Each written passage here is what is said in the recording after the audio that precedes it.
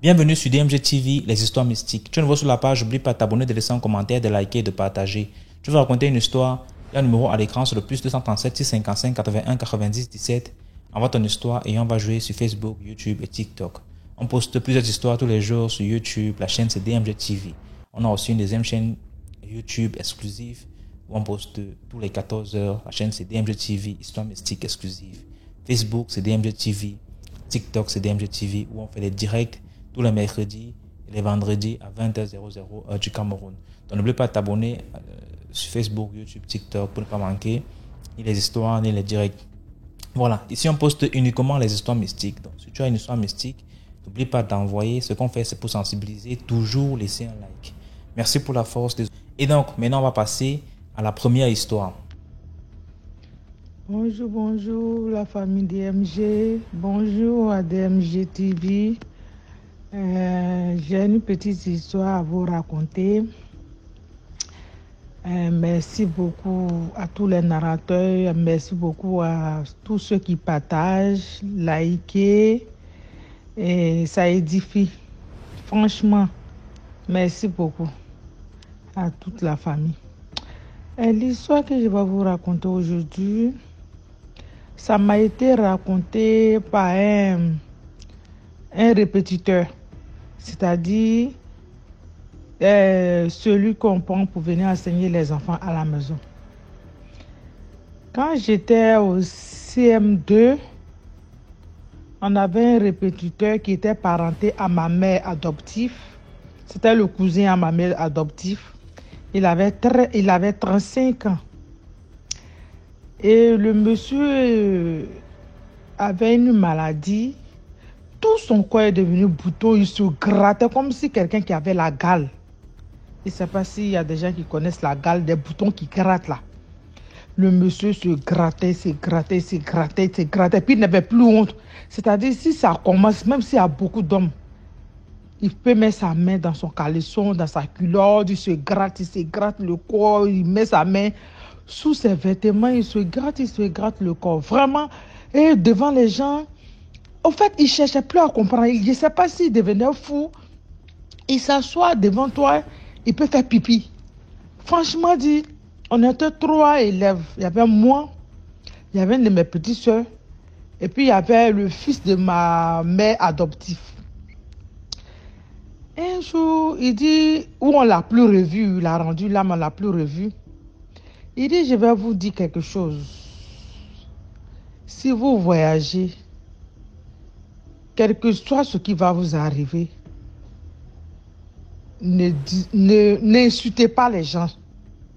Si vous voyagez dans la rue, n'insultez jamais les grandes personnes.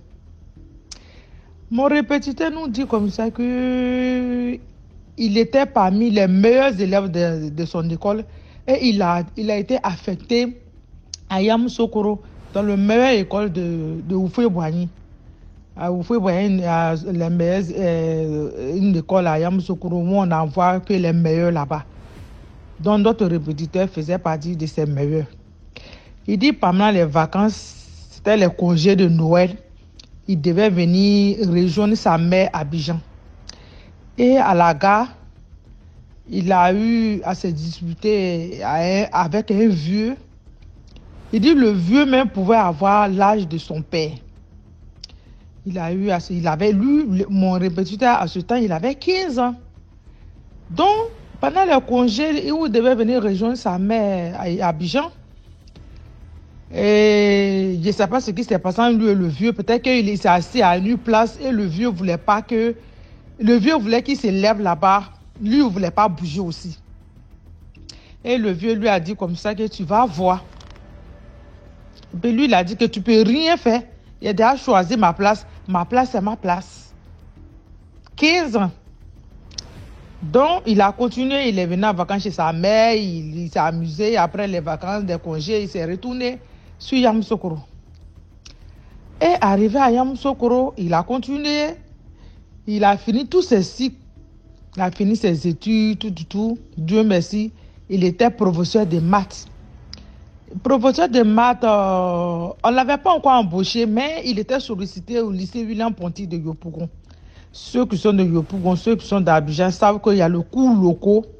Et le cours locaux, il y a le lycée collège de Yopougon.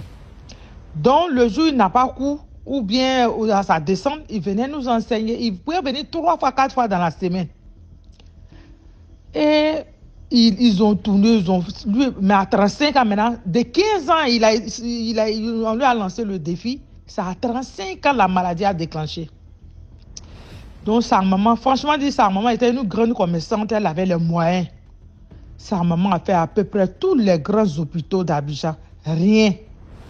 C'est lorsque sa maman est partie dans un village, aller voir les tradis praticiens, que le tradit praticien a dit à sa mère que ton fils a insulté un vieux à la gare, qu'il y a très longtemps de cela, que ça peut faire 15 à 20 ans, qu'il fallait lui demander. C'est là maintenant que mais on ne peut rien faire, que parce que vraiment qu'on ne peut rien faire.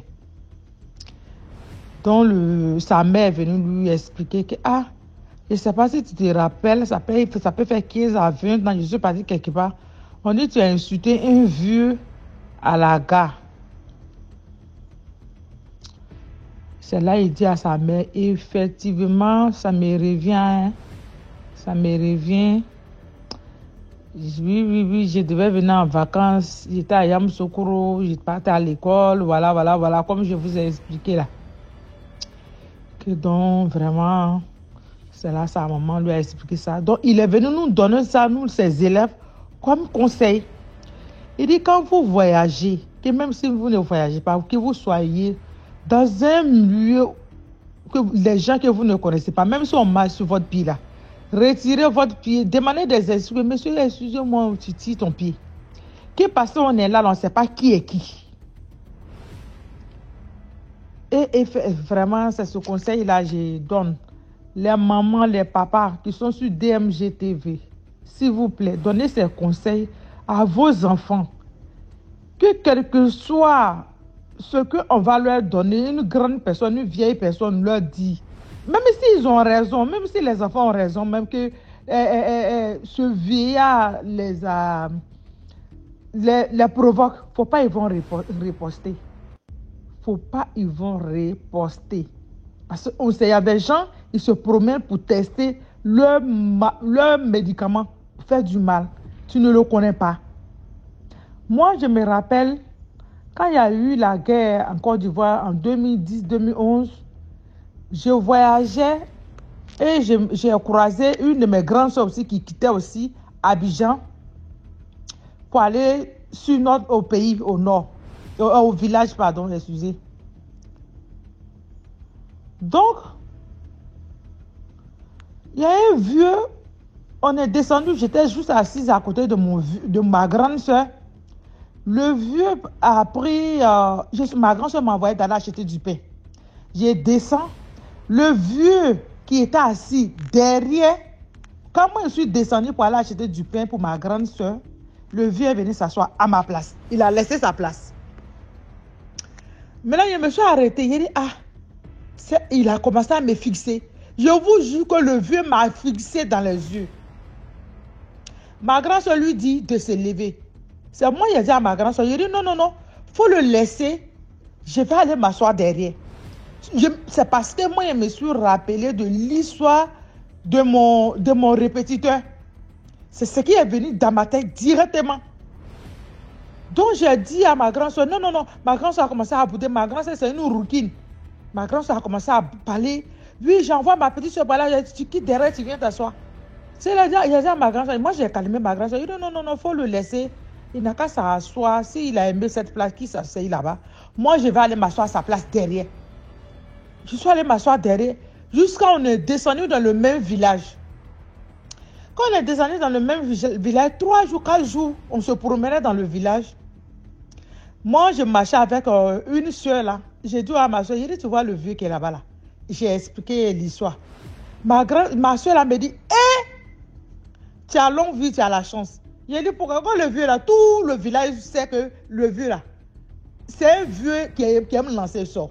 Il a dit, hein, quel le vieux que tu vois là, que tout le village le connaît.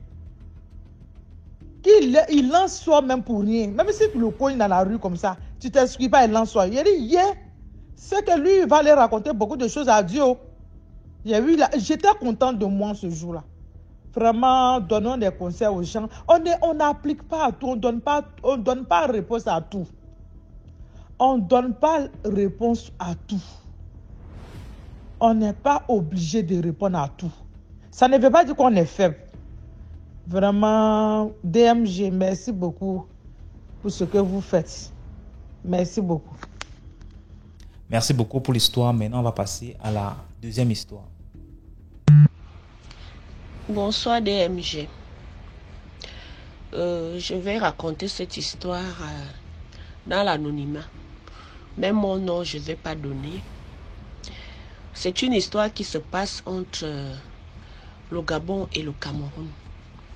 C'est-à-dire, c'est dans ma propre famille. Vous savez, les gens du sud et les gens du sud du Cameroun et les gens du nord du Gabon, ce sont presque les mêmes familles. Donc, c'est la propre grande sœur de mon papa qui s'est mariée avec un Gabonais. Quand je dis je raconte ça dans l'anonymat, c'est juste parce que beaucoup de gens connaissent cette histoire et je ne voudrais pas que l'on sache que c'est moi qui suis en train de raconter parce que c'est un secret de famille. Donc, la grande sœur de mon papa est partie en mariage. Elle a eu, dans ce mariage, elle a eu 2 enfants. Un garçon et une fille. Maintenant, dès qu'elle a eu des problèmes avec son mari, elle a décidé de partir de son foyer en amenant la fille et laissant le garçon. Mon cousin en question, on a grandi. C'est quand moi j'ai eu l'âge de 14 ans, c'est là où je l'ai vu pour la première fois. Et dès que ma tante est partie de ce mariage, elle est partie encore se marier ailleurs. Et c'est de là que ma cousine est partie grandir. Elle ne sachant pas l'existence de son frère, bien que ma tante lui parlait toujours de son frère, mais elle a grandi loin de son frère. Et maintenant, pour ne pas tirer de long en large, lorsque ça n'a plus marché dans le second mariage, là où elle est partie, elle est revenue chez son premier mari. Et là, les enfants avaient déjà grandi. Mon cousin, il avait déjà plus de 20 ans.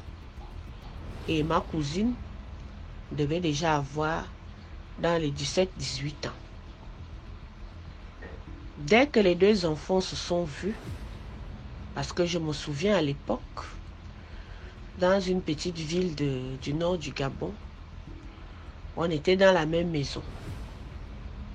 Lorsque elle est revenue dans son mariage, elle a ramené la fille. Mais nous, on pensait que c'était un amour normal, fraternel, que comme ils s'étaient séparés il y a des années, frères et sœurs se sont revus. Maintenant, c'est cette harmonie, c'est cet amour-là qui faisait en sorte que les deux puissent s'entendre. Et je me souviens, ma défunte grand-mère disait, c'est pas trop bien parce que elle a l'habitude de tout le temps aller retrouver son grand frère dans la chambre. Ça joue, ça rit. C'est pas normal que deux enfants, frères et sœurs, passent le temps à jouer comme si c'était copains et copines. Moi, étant encore petite, moi, ça ne me disait rien. Mais c'est en grandissant que je me suis rendu compte de tout ça. C'est une histoire très mystique. On rentre maintenant dans le vif du sujet. Une fois, ils se sont retrouvés. Les deux s'entendaient à merveille. Mais l'on remarquait que chaque fois que mon cousin ramenait des petites copines à la maison, ma cousine, elle s'énervait. En fait, elle ne supportait pas les belles-sœurs. Et maintenant, lorsque mon cousin a commencé à travailler, sa sœur, comme elle était partie avec la tante, elle n'a pas pu vraiment évoluer dans les études. C'est là où il décide de l'ouvrir une boutique au village. Donc lui, il était enseignant. Il partait dans les affectations, il revenait, il savait que sa soeur était au village avec leur maman parce qu'elle était revenue dans son foyer. Le mari l'avait encore accueilli, bien qu'il avait déjà une autre femme. Et tout se passait bien. Maintenant, la sœur tombe éperdument amoureuse de son propre grand frère, même père, même mère d'MG. Même père, même mère. Et pour que cela se passe, elle a usé de la sorcellerie. C'est-à-dire, lorsqu'elle connaissait la copine de son frère, elle prenait l'apparence, quand le grand frère arrive, elle prenait l'apparence de sa belle-sœur. Et quand le grand frère arrive, le grand frère trouve sa petite amie dans la boutique de sa sœur, pensant que c'est sa petite amie. Et lorsque le grand frère voit, automatiquement, elle séduit le grand frère, ne sachant pas que c'était sa petite sœur. Il se demande, mais tu es arrivé quand? Oh non, je viens à peine d'arriver. Elle simule cela. Jusqu'à ils ont commencé à coucher ensemble. Tout le village en parlait. Mais le grand frère, lui, il voyait que c'est juste, ce sont ses copines qui viennent de temps en temps lui rendre visite. Elle est tombée enceinte une fois. Elle a fait un enfant. L'enfant est né albinos. L'enfant est décédé. Elle est tombée encore enceinte une autre fois. Je me souviens, ma maman était partie pour aller voir, quand elle avait appris qu'elle a accouché. Elle était partie voir l'enfant. C'est elle qui nous amène d'abord la nouvelle que je ne comprends pas cette ressemblance. Parce que cet enfant qui est né ressemble textuellement comme deux gouttes d'eau au grand frère de celle qui a accouché. Je préfère garder vraiment l'anonymat. Et ce que j'entends dans le village, il se peut qu'elle pique les crises de jalousie chaque fois que ses belles-sœurs viennent et tout. Est-ce que ce ne serait pas déjà que les deux sortent ensemble? Donc, en fait, elle, de son côté, elle ne se cachait plus. Mais c'est le grand frère qui n'avait pas, qui ne voyait pas. Parce que lui, c'est sa copine avec qui il avait des rapports à tout moment. Mais quand on dit le voleur a 99 jours et le propriétaire en a un seul, un autre jour, elle a encore usé de la sorcellerie. Le même scénario s'est répété. Et lorsqu'ils entrent dans la chambre, ils commencent à se toucher, à faire l'amour, tout. Et à un moment donné, lorsque le grand frère a terminé, il ouvre les yeux et elle, ne sachant pas qu'elle s'était encore transformée en elle-même, quand le grand frère regarde, il voit qu'il est sur sa propre sœur. C'est là où il crie au scandale. Il dit, qu'est-ce qui se passe? Et la petite sœur se rend compte que, donc je me suis transformée en moi-même. Jusqu'à elle a le courage d'attraper le frère que, non, tu ne pars nulle part. Depuis quand tu penses que c'est avec ta copine que tu couches, c'est avec moi que tu couches. Tous les deux enfants que j'ai déjà eu à faire là, qui ne font que passer là, c'est toi le père de ces enfants. Et comme tu sais déjà que c'est moi, il faudrait que ça continue. Le grand frère a pété les plombs. La maman aussi, quand elle avait découvert, elle a essayé de parler aux enfants. Elle a préféré partir et quitter le pays. Elle est partie en Guinée équatoriale. Avec la dépression, c'est là-bas qu'elle est partie tomber aveugle. Elle était même morte, on n'a même jamais... Parce que mon papa était parti pour aller essayer de la retrouver. Mais malheureusement, on a montré que la tombe. Parce que cette affaire-là l'avait dépassé. C'était 2 enfants. Comment ils peuvent devenir mari et femme? Parce que le garçon, lui, il ne connaissait pas. Il se disait que c'est avec sa petite amie qu'il a toujours des rapports. Mais malheureusement, ça n'a pas été le cas.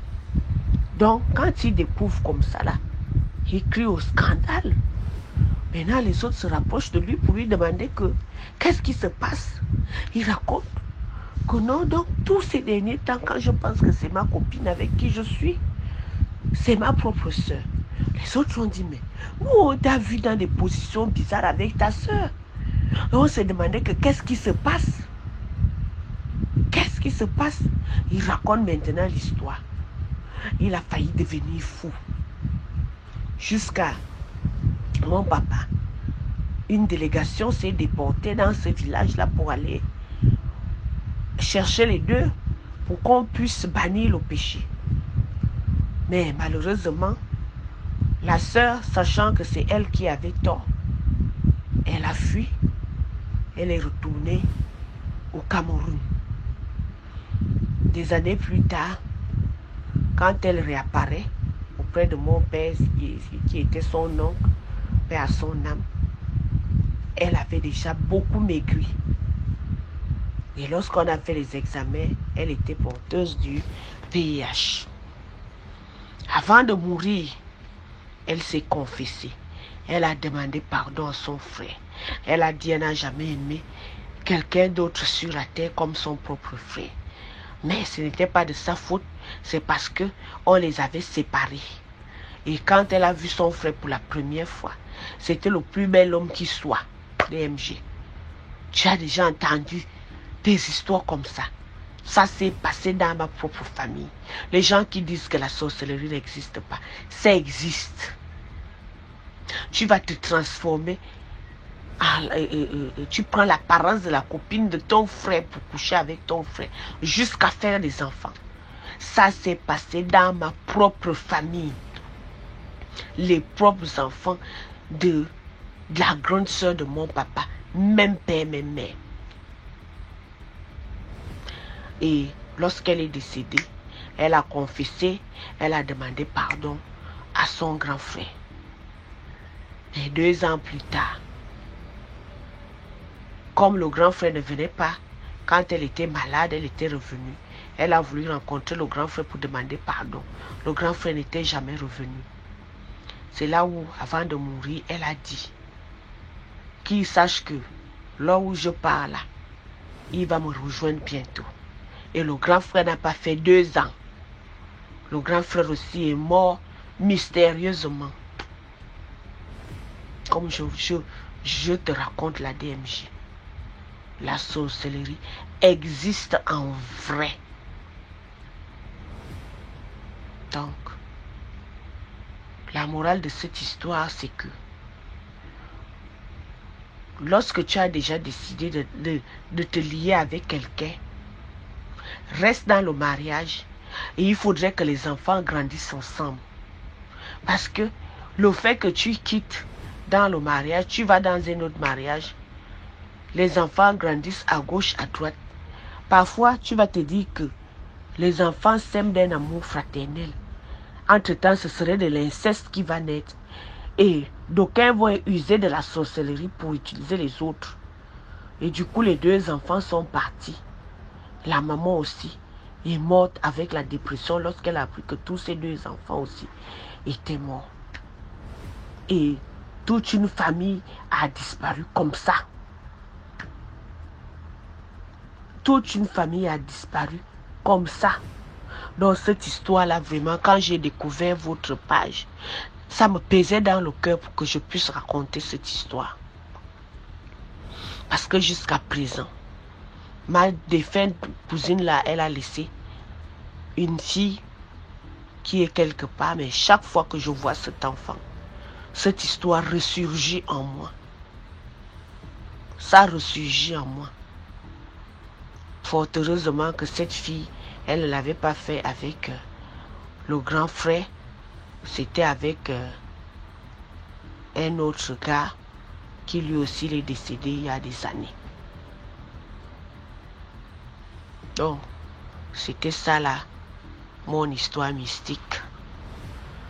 Oui. Là, il est 23 heures. Donc, vraiment, il faudrait que les parents prennent conscience. Les enfants doivent grandir dans un foyer stable. Même si tu as eu des problèmes, mieux vaut tu amènes tous les enfants avec toi ou tu laisses les enfants avec leur papa.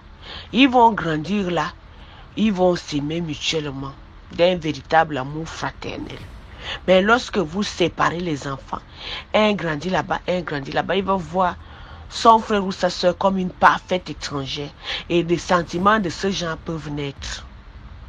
Donc, c'est la petite histoire que je tenais à raconter. Merci, DMG. Merci beaucoup pour l'histoire. Maintenant, on va passer à la troisième histoire. Bonjour DMG, je me nomme Morgane. Je reviens avec une autre histoire. Bonjour à tous et likez, partagez, cliquez sur la cloche. N'oubliez pas aussi de commenter, pardon. Je disais que je me nomme Morgane, je suis gabonaise. Je vais précisément à Libreville, ok. Il y a de cela 3 ans, j'ai connu, je choisirai un autre nom, on va dire Monsieur Eric. Monsieur Eric, j'ai connu Monsieur Eric en prenant un taxi et lui, il est véhiculé. Il m'a pris, il m'a déposé chez moi et tout. Il a vu mon chez moi, il a vu ma maman, il a salué ma maman, il a fait de rentrer chez lui. Sans compter qu'il avait pris mon contact dans son véhicule. 2 jours après, Monsieur Eric me fait appel. Il me dit, nous devons discuter, tu me plais bien et tout.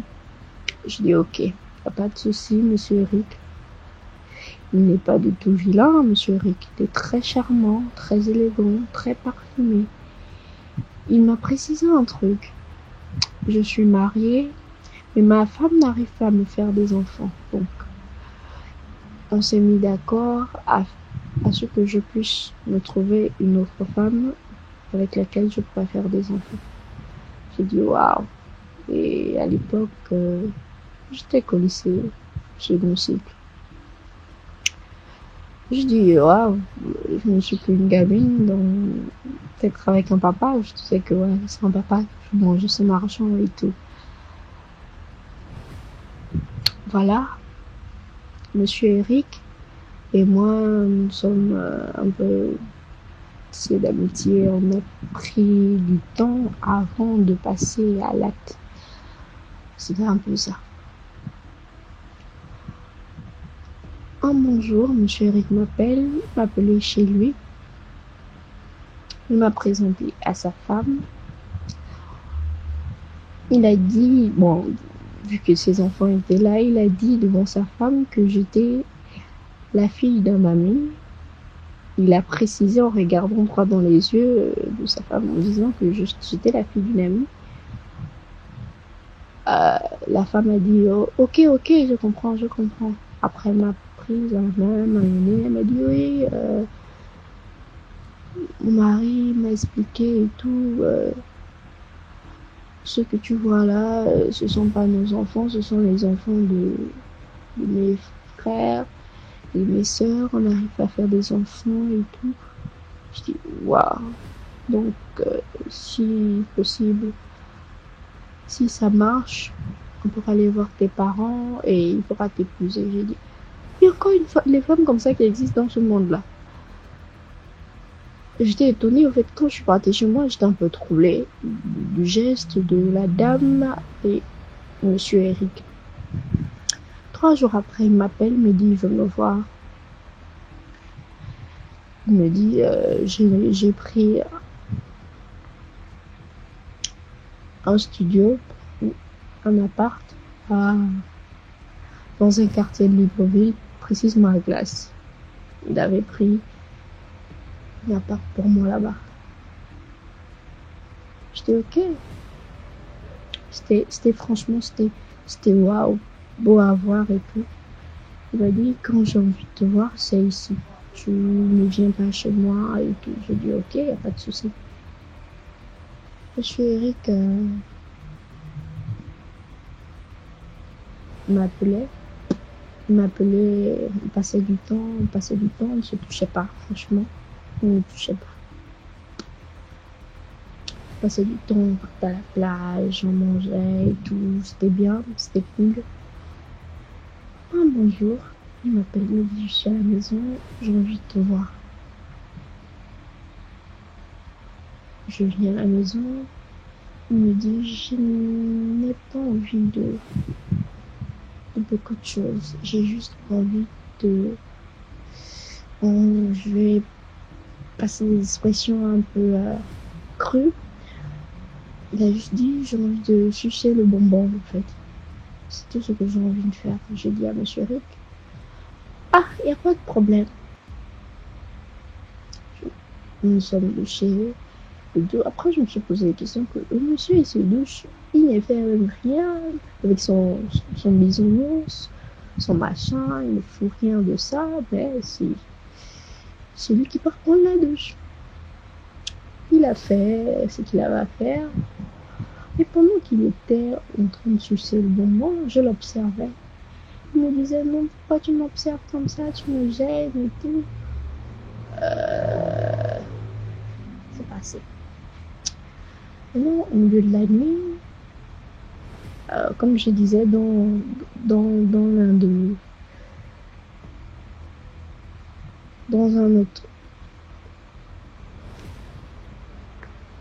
l'autre, on va dire, l'autre histoire du début, je pense,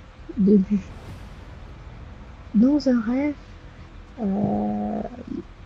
ma première histoire, je pense, vous vous rappelez, je parlais de sirène et tout.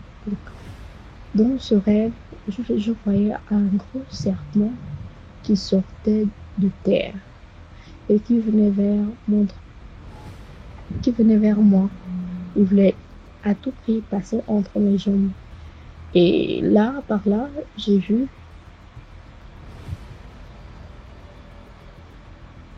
de l'eau sortir de nulle part, venir projeter le serpent en question. Le lendemain matin, il m'appelle, il me dit franchement, je ne te comprends pas. On fait des trucs que tu ne te concentres pas, on fait des trucs que tu n'es pas vraiment dedans et tout. Je dis, de quoi parti? Il n'a pas eu ce qu'il désirait ou quoi? Il me rappelle le soir, aux environs de 23h24 en me disant, est-ce que tu peux sortir? J'ai directement répondu, non, je peux pas parce que j'ai des choses à faire, je dois réviser, j'ai cours demain et tout. Il a dit, ok, il n'y a pas de problème, mais demain matin, avant que tu n'ailles à l'école, donc tu dois tout faire pour sortir de chez toi très tôt. Et l'école n'était pas très loin du quartier en question. Donc, je me suis rendue à notre domicile. On se voyait tout le temps. Il a fait ce qu'il avait à faire, c'était la même routine. Et cette fois-ci, il a frotté de l'huile sur lui, il disait que c'était un peu ramener un peu cette ambiance de waouh, je dis ok. Il a fait la même chose. Il est venu, il a fait ce qu'il avait à faire, je l'observais dans tout ce qu'il faisait. En fait, l'idée de dire qu'il faisait des pratiques n'était pas venue. Mais lui, à chaque fois que je l'observais, il tiquait. Il disait, pourquoi tu me regardes comme ça? Pourquoi? Et la nuit, je faisais tout. En fait, chaque soir, à chaque fois, je faisais toujours le même rêve. Jusqu'à ce que le monsieur crac. Il m'appelle, il me dit, est-ce que je ne te donne pas de l'argent? Est-ce que je ne t'entretiens pas? Est-ce que? Je dis, ben, monsieur Eric. Il dit, mais je t'entretiens. Pourquoi tes amis se mettent toujours entre nous? Je dis, de quoi parles-tu? Il me dit, tu as des amis dans le monde invisible, des gens qui te protègent malgré toi. Ce que tu pries à un autre Dieu, mais tu as d'autres personnes qui se battent pour toi. J'ai dit, de quoi parle-t-il? Il ne faisait que parler, jusqu'à ce qu'il me dit, une fille comme toi, tu pars avoir ce genre d'entité de sirène ou comment une sirène de si grande puissance puisse être avec toi? Et je dis, waouh, de quoi parle-t-il? Et quand il a parlé de sirène, ça fait quand même un peu peur. Pas de surcroît. Moi, j'ai déjà vécu ça et tout, donc j'ai dit, pour ça, c'est vrai, j'ai dit, j'avais eu un problème spirituel et tout quand j'étais petite. Quoi, tu as eu des attaques ou quoi? Qu'est-ce qui s'est passé et tout, quoi? On t'attaque, peut-être que ce sont les maris de nuit, machin. En fait, moi, je voyais ça comme ça. J'ai parti, j'ai expliqué à ma mère. Ma mère, elle a appelé son frère qui est de l'église, l'Alliance chrétienne. Nous sommes partis. C'est précisément au 22. Nous sommes rendus là-bas. Et le prophète, on a vu un prophète qui a dit, toi t'es aimé de tous. C'est bizarre. Tu te défais d'une personne, mais la personne te sauve parce que tu as un esprit pur.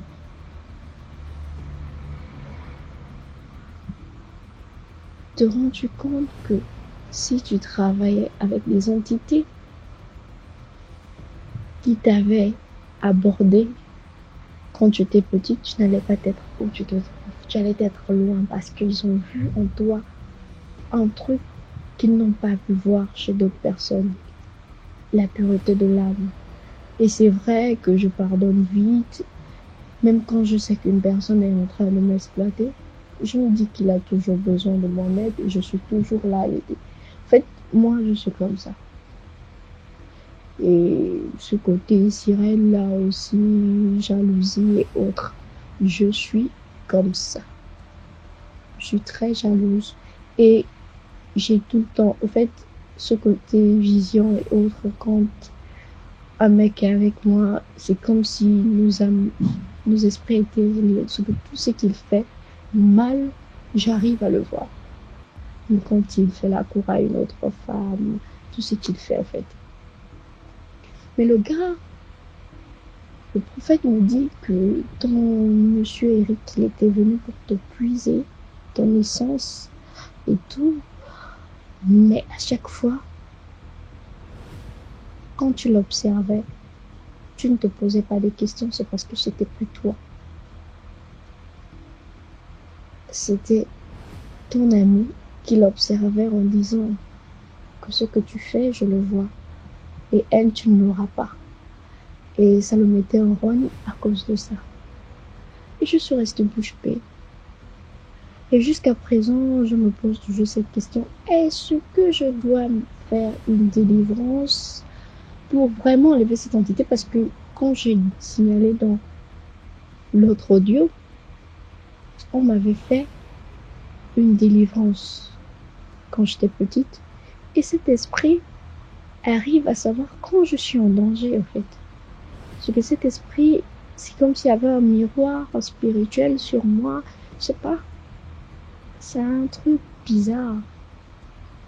Et jusqu'à présent, même les gens disent que je suis comme une sirène, j'ai un comportement de sirène, je suis jalouse, je m'énerve vite, je pardonne vite.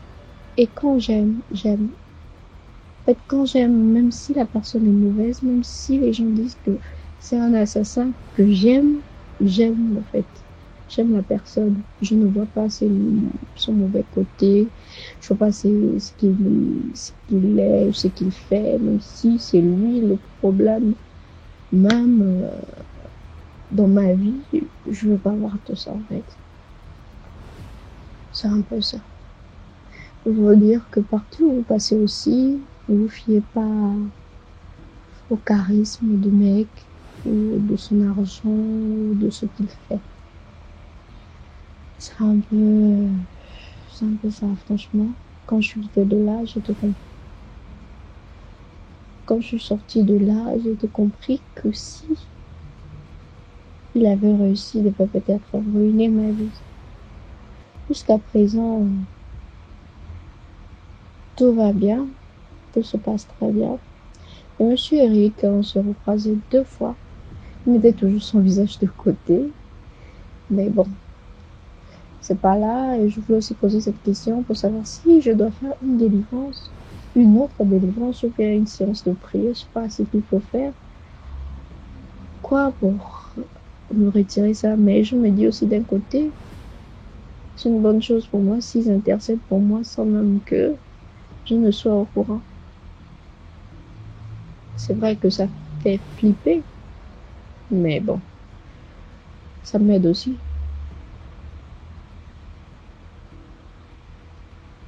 Dans les commentaires, s'il vous plaît, merci. Merci beaucoup pour l'histoire. Maintenant, on va passer à la 4e histoire. Bonjour DMG, bonjour à la famille DMG, j'espère que vous allez bien.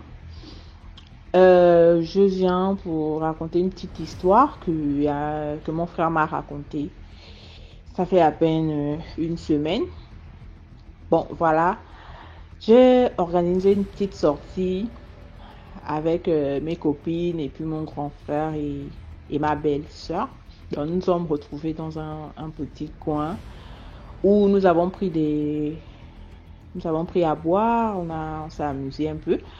Et en rentrant, on parlait un peu des histoires du pays. Je suis gabonaise, on racontait un peu les choses du pays, mon frère et moi. Et moi, j'ai commencé à dire, mais vous, les gens qui montaient les gardes chez les grands types là, tu es sûr que vous ne voyez pas les choses? Ou bien vous-même, vous n'avez pas peur qu'on vous liquide? Parce que il est corps habillé et il fait partie des gens qui se mettent au portail là pour ouvrir et fermer le portail. Voilà. Après, il me dit, nous, on ne peut pas parler. Nous, on ne peut pas parler parce qu'il y a vraiment des choses qu'on voit. Et parfois même, moi, je m'en vais, quand je vais monter la garde, je pars avec ma Bible. Parce que même nous là, j'ai peur qu'un jour je me réveille et puis voilà, on nous a déjà attachés et tout, bien que on va nous, au milieu de la nuit, on va nous appeler quelque part et puis on nous tranche la gorge. Mais, qu'à cela ne tienne, il y a des choses bizarres depuis que j'ai commencé à travailler, juste que je ne parle pas de ça aux gens. Mais il y a des choses que l'on voit. Ce sont les grands types, les ministres, parce qu'eux ne montent pas la garde chez les moindres. Hein. C'est chez les grands types. Et donc, il me dit pas plus tard que le week-end, la dernière garde que j'ai faite, j'étais avec mon ami. J'étais avec mon ami. Et aux environs de 22h, 23h comme ça, leur patronne, c'est une femme du gouvernement, leur patronne a commencé à préparer commençaient à préparer. Bon, eux se disaient que c'était une petite fête qu'elle devait organiser et tout. Après, il y a une voiture qui est rentrée. Elle est sortie pour dire pour venir saluer et accueillir ce qui est arrivé. Quand elle sort, elle avait une longue robe blanche. Une longue robe blanche. Ils ont tiqué. Ah, depuis quand la patronne, elle porte les longues robes. Et à quelle heure? Pourquoi elle est habillée comme ça? Ils ont tiqué d'abord. Mais bon, lorsque la voiture est rentrée, ceux qui sont sortis, donc il y avait la première voiture, ceux qui sont sortis aussi avec les longues robes blanches. Donc il y avait un devant, le conducteur, et il y avait l'autre qui était à côté du conducteur. Donc ils étaient à deux. Donc l'autre sort avec la robe blanche. L'autre aussi descend avec la robe blanche. Ils sont rentrés dans la maison. Ah, ils ont commencé à tiquer que, frangin, est-ce que tu vois ce que je vois là? L'autre aussi dit que, mon frère, je vais te dire quoi? Il n'y a que la prière. Même pas 15-20 minutes, une autre voiture klaxonne. Le patron sort encore avec la même tenue pour dire que laissez entrer, ouvrez le portail, laissez entrer. L'autre voiture arrive. Il y a encore tous ceux qui sont à l'intérieur sortent avec les robes blanches encore. Ils ont commencé à avoir peur. Lui-même, il a commencé à sentir que le travail que je fais là, vraiment, c'est fort. Ils sont rentrés avec les robes blanches. Et il y a une troisième voiture qui est arrivée. Mais il y avait, je sais pas, une qui n'était pas en robe blanche. Mais ceux qui étaient avec eux dans la voiture, avec la fille, autant pour moi dans la voiture, étaient en robe blanche, mais la fille en question n'était pas en robe blanche. Donc ils ont juste regardé, ils ont dit, voilà quoi. Elle n'est pas vraiment dans ce qu'ils vont faire, mais c'est aussi une invitée. Ils sont rentrés. Donc, les trois voitures sont arrivées, les gens sont descendus et tout le reste. Mais, un moment de la nuit, il y avait le silence, un silence. À un moment de la nuit, là, il y a vraiment le silence, quoi. Il y a un silence là, mais sa patronne était déjà dans la maison avec ses invités. Et donc, il y avait déjà le silence. Ils sont restés à leur poste, ils étaient assis et tout. Et il me dit que il y a un cri, le chant de cri qui trouble la quiétude en fait. Un cri qui est sorti de là-bas. Une fois seulement, un seul cri. Quand c'est le genre des cris là, ils ont commencé à se poser des questions que c'est comment Seigneur Jésus, il y a quoi là-bas? Tout de suite, il n'y avait aucun bruit et tout. Et ils ont entendu en fait, c'est la voix d'une fille qui criait. Mais c'était un cri sec et fort. Donc, ils ont commencé à se poser des questions. Mais ils ne peuvent pas savoir ce qui se passe à l'intérieur. Tout compte fait, mais ils savent que ce sont les gens, les grands types, les hauts gradés, les machins, les grandes personnalités et tout. Ils ne sont pas comme bêtes, ils savent qu'il y a des choses qu'ils font. Encore que tout le monde est en blanc comme ça, c'est qu'il y a quelque chose. Mais le cri là. Donc il a dit qu'ils avaient peur. L'autre a commencé à prier. L'autre était aux aguets maintenant. L'autre était aux aguets. Mais ils ne peuvent pas se rapprocher de la maison en fait. Ils ne peuvent pas se rapprocher de la maison parce qu'ils sont là seulement pour monter la garde. Aux environs de 3 heures, 2 heures, un truc comme ça, ils ont commencé à sortir. Comme ils sont arrivés, la dernière voiture, ceux qui sont arrivés sont sortis en blanc, mais sans la fille. Sans la fille qui est rentrée avec eux.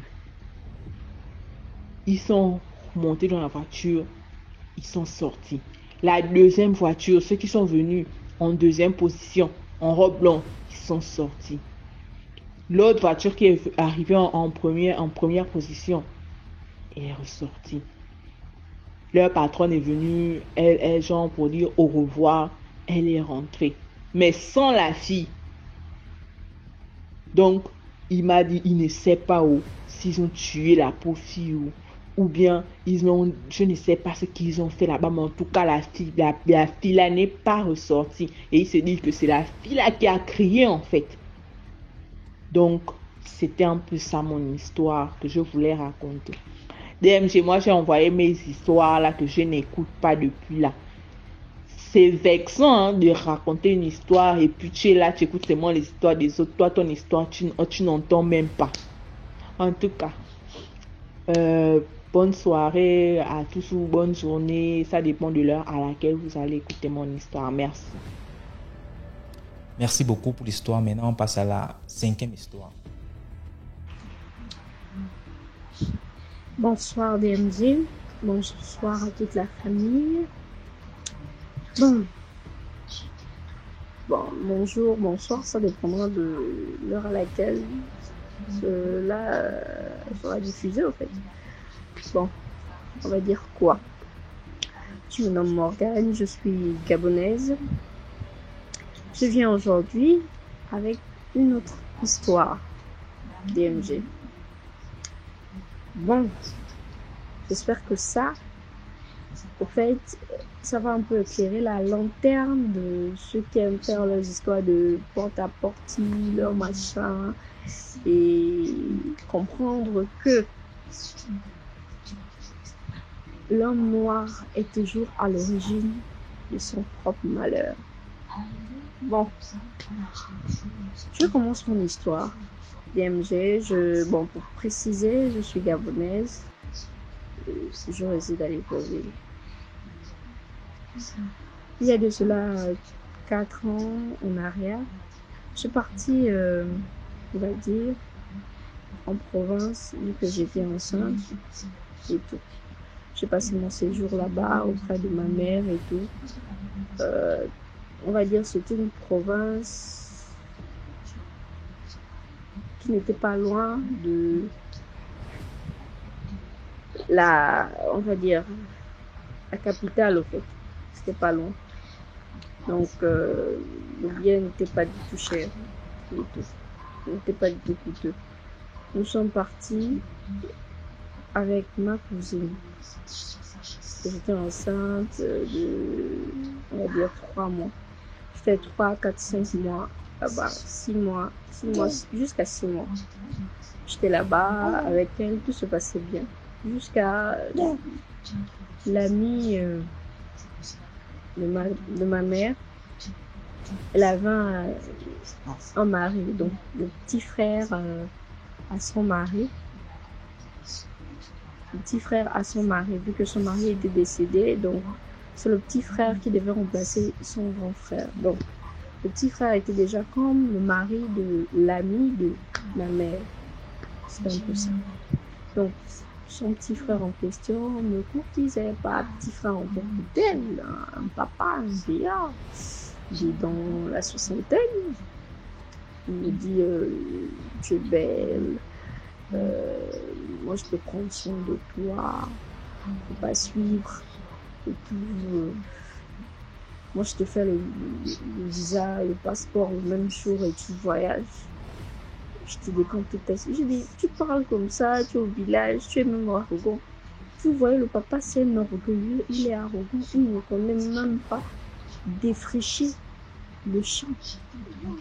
Je vous dis, il est de longueur, il passe les journées assis à regarder les gens DMG. Il me propose un bonjour que non, voilà, si moi j'arrive à prendre soin de toi, est-ce que tu peux quitter ton mari pour moi?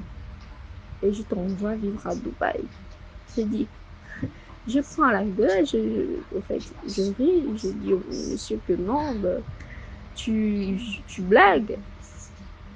Tu blagues. Tu es au village, oui, c'est moi que tu vas envoyer à Dubaï, mais tu es fou. Il me dit non, Je peux t'envoyer à Dubaï, on fait la belle vie là-bas et tout. Je veux ma petite princesse. Je dis, ah, monsieur, on va donner un nom. Monsieur, il s'appelait Monsieur Moussavou. Bon, pour les Gabonais, ils pouvaient bien connaître où on était, dans quelle province on était en fait. Ils pouvaient bien connaître quelle ethnie et tout.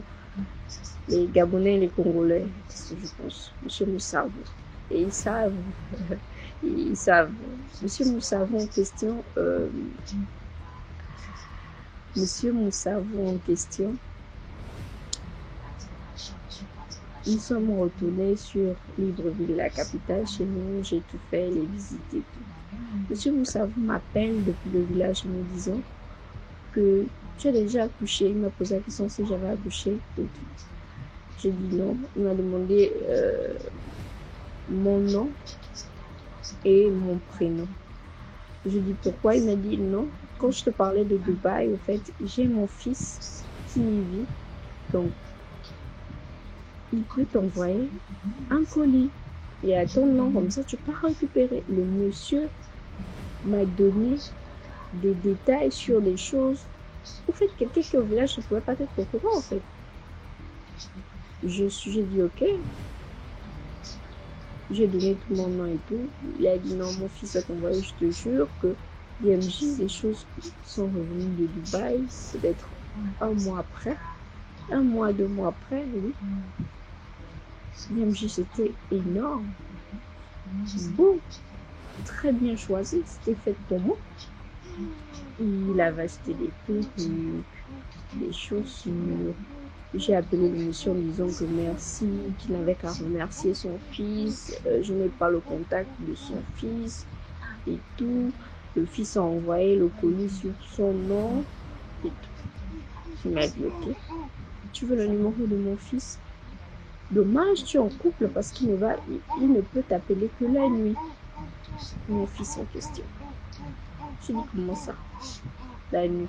Il m'a dit oui, il n'y a que la nuit qu'il peut t'appeler parce que la journée il est occupé. J'ai dit comment ça? Est-ce qu'on a les mêmes horaires d'abord?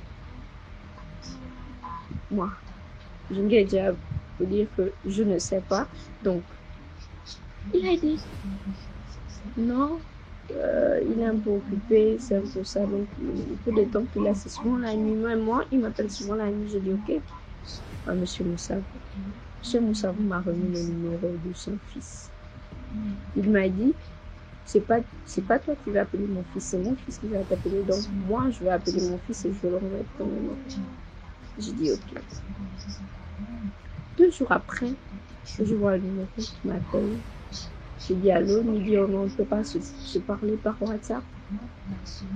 Je vous dis, j'ai dit au monsieur que oui, au fait, on fait l'appel vidéo. Il était pareil que monsieur Moussavou, il était en jeune, belge. Il était très beau, un bel homme en tout cas. On a fait l'appel vidéo, on a discuté.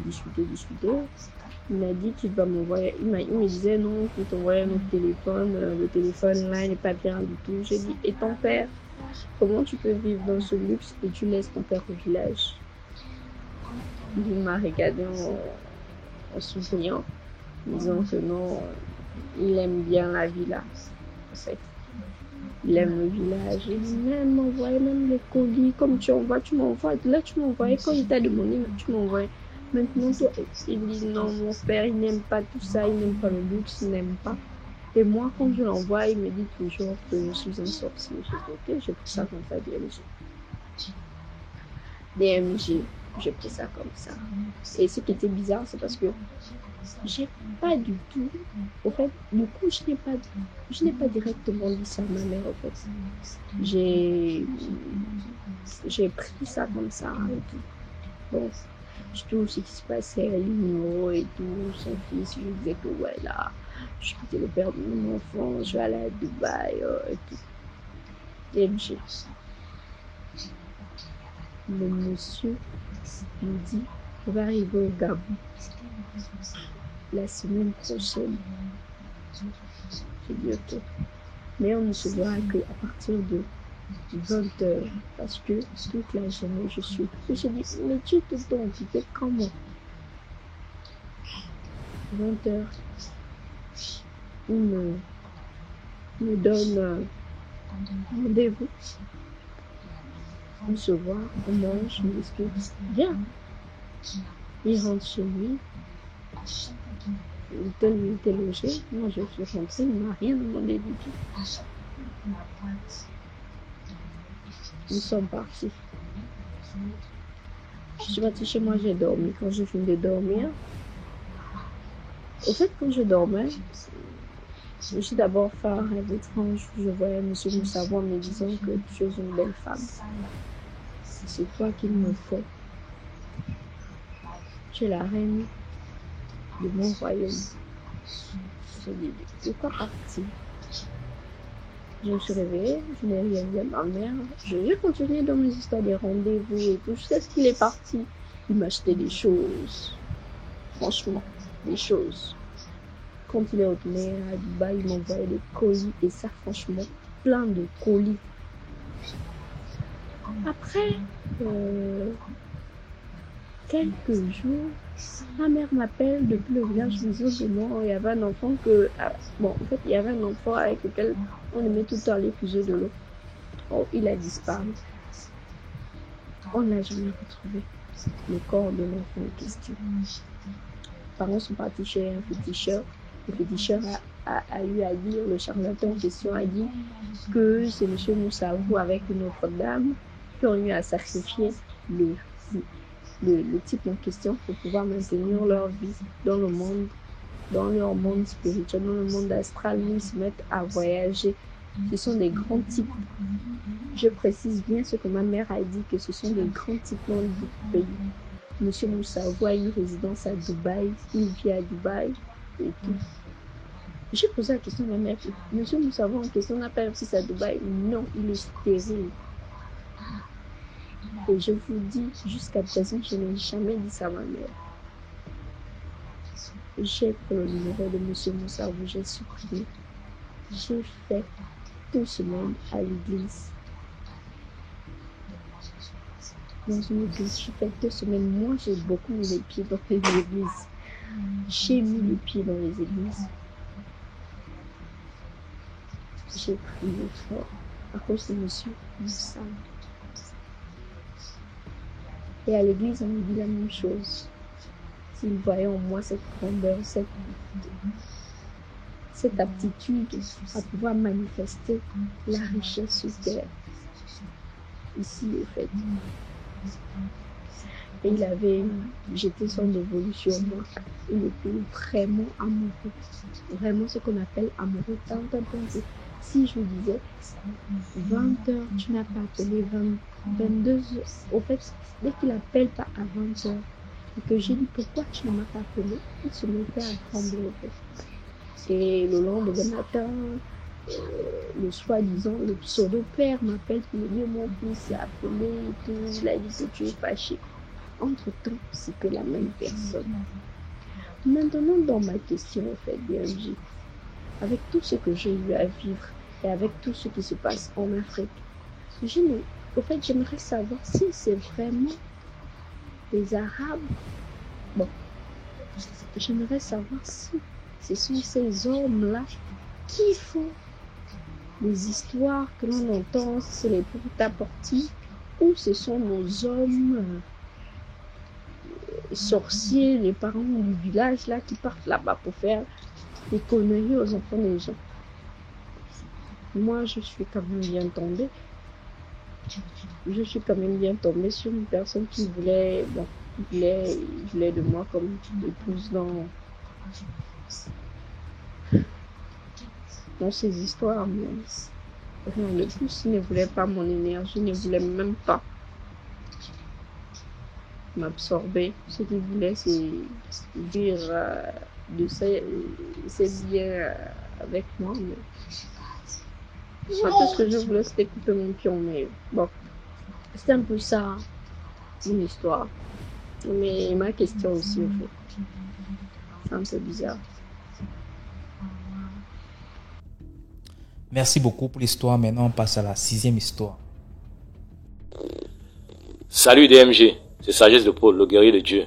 Et tiens à vous raconter l'histoire mystique que j'ai intitulée couche de nuit interrompue, voire à banni. C'est ma propre histoire. À l'époque de mon adolescence, quand je vivais encore dans la région de la Damawa, en Gaoundéré, au Cameroun. J'aimais à l'époque les ouvrages X. Pour les grandes personnes, vous allez comprendre de quoi je parle. Et ces ouvrages-là, je les aimais à travers des romans. Parce qu'à l'époque, c'était plus des romans. On utilisait plus des romans pour les fans de ce site-là. Et aussi des vidéos, voire des films. C'est donc ainsi que j'ai compris que j'avais ouvert une porte au diable, où j'ai passé presque toutes mes nuits à faire des couches, donc des couches de nuit, presque tout le temps. Je me voyais aller avec des femmes, de différentes femmes. Un jour alors, pendant que j'étais en train de faire cette couche de nuit, je m'apprêtais à vivre cette couche de nuit, je me retrouve subitement face à une femme dont j'ai vu cette femme-là comme ma femme de rêve, dont ma femme, je ne sais pas comment expliquer, dont j'ai vu en cette femme la femme parfaite. La femme parfaite, dont la femme que je recherchais, dont je faisais des couches de nuit avec des différentes femmes, que bon, c'était comme ça, c'était juste pour l'acte, mais celle-là, je l'avais trouvée vraiment très, dont elle était parfaite, la femme parfaite pour moi, la femme idéale, et cette femme était vraiment d'une beauté, bon, on va dire que le diable, le démon, a toujours une beauté impressionnante, voire hors du commun, et c'est donc ce que j'avais vu en cette femme-là. La femme vient donc vers moi, elle était vêtue comment? Elle était vêtue d'une mini-jupe noire et d'un haut mollant rouge, avec une coupe de cheveux semblable comme on dit, coupe chinoise. Un teint clair, même pas une tache au corps, bien potelée. Elle vient donc vers moi, je suis debout, je l'observe, je l'admire, je suis ébahi. Elle se met donc à me pousser à l'acte, à me réveiller, quoi. C'est où elle me pousse donc, il y a un lit derrière moi. Je me rends compte dans la couche de nuit, dans le rêve, qu'il y a un lit derrière moi. Elle me pousse sur le lit. Quand je tombe sur le lit, je suis toujours ébahi par la beauté de la femme qui est en train de me caresser, de s'embrasser avec moi.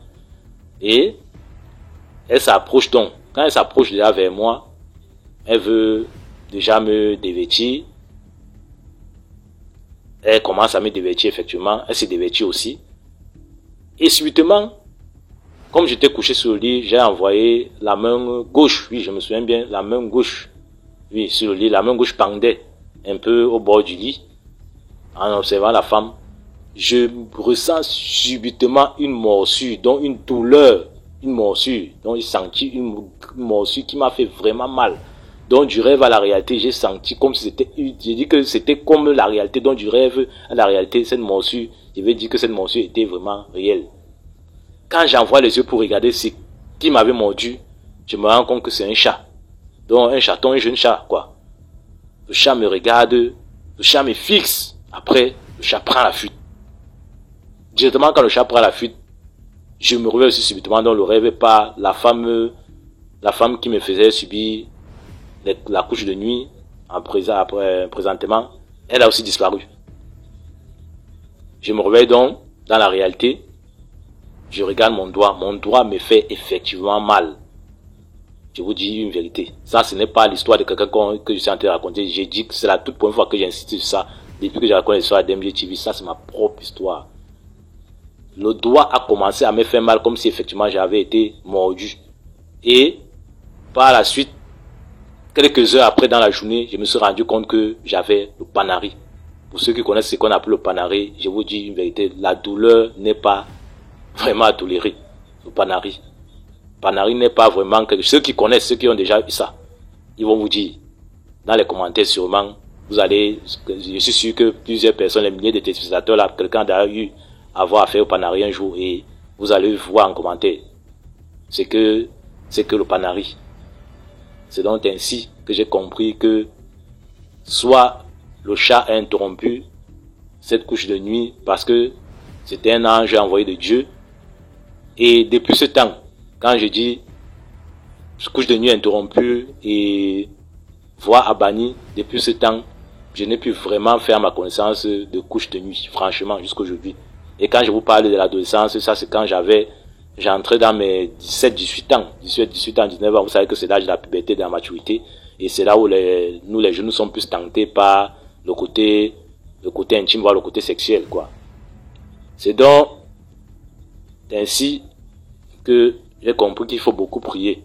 Il faut beaucoup prier Dieu. Parce que Dieu m'a beaucoup aimé. Je ne priais pas vraiment à l'époque que j'avais dit je priais. Mais Dieu m'a aimé. Dieu m'a choisi. Et c'est pour ça qu'aujourd'hui je lui rends grâce. Malgré mon état de pécheur. Je lui rends grâce. Je sais qu'il m'a aimé. Je sais qu'il aime tout le monde. Il aime toute sa création. Donc j'invite les uns les autres à prier. À toujours prier Dieu. Faites l'effort. Même si c'est quelques secondes. Faites l'effort. Priez Dieu. Priez Dieu comme vous priez. Ne soyez pas vide. Ne soyez pas, vous êtes un esprit. Le corps est fait de la chair et de l'esprit. Donc l'esprit a besoin de Dieu, l'esprit a besoin de la spiritualité. Donc prions Dieu et protégeons-nous comme nous voulons nous protéger, mais prions Dieu. Sachez qu'il y a un Dieu quelque part, il y a un créateur quelque part, donc prions-le. C'était l'histoire que je tenais à partager avec la grande famille DMG. C'était Sagesse de Paul, le guerrier de Dieu, depuis la ville de Kribi au Cameroun. À vous de liker, de commenter, de partager, surtout de vous abonner à la chaîne DMG TV. Parce qu'avec DMG TV, l'esprit de l'être humain reste en éveil pour les deux mondes parallèles, c'est-à-dire le monde visible et invisible. Je vous remercie de m'avoir écouté et à plus pour une nouvelle histoire mystique. Voilà, c'était tout pour aujourd'hui. J'espère que vous avez aimé la vidéo d'aujourd'hui. Commentez, likez, partagez et surtout donnez de la force. Partagez dans tous les groupes WhatsApp, tous les groupes Telegram, Facebook et ainsi de suite. On se reprend demain à 12h00 pour 6 autres histoires mystiques. Ciao, bye bye, portez-vous bien.